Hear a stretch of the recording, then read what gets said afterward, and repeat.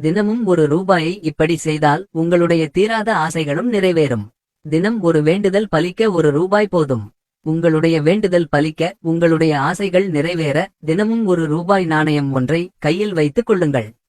அதை இரு கைகளுக்கு நடுவில் வைத்து சாமி கும்பிடுவது போல கையை கூப்பி மனமாற வழிபட வேண்டும்.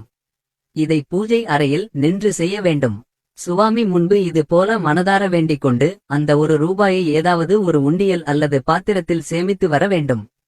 இது போல 30 நாட்களும் நீங்கள் சேமித்த பிறகு 30 ரூபாய் சேர்ந்திருக்கும். இந்த 30 ரூபாயில் மஞ்சள் வாழைப்பழத்தை வாங்கி அதை பசு மாட்டிற்கு தானமாக வழங்க வேண்டும். இது போல மாதம் முழுவதும் உங்களுடைய வேண்டுதல்களை ஒவ்வொரு நாளும் வைத்து ஒரு ரூபாய் நாணயங்களை சேகரித்து கடைசியில் 30 ரூபாய் சேர்ந்ததும் வாழைப்பழம் வாங்கி பசு மாட்டிற்கு தானம் செய்தால் பித்ருதோஷம், குலதெய்வ குறை, கர்மாக்கள், பாவ வினைகள் அனைத்தும் நீங்கி நீங்கள் என்ன வரம் கேட்டாலும் அது கேட்டபடி கிடைக்கும் என்பது நம்பிக்கையாக இருந்து வருகிறது.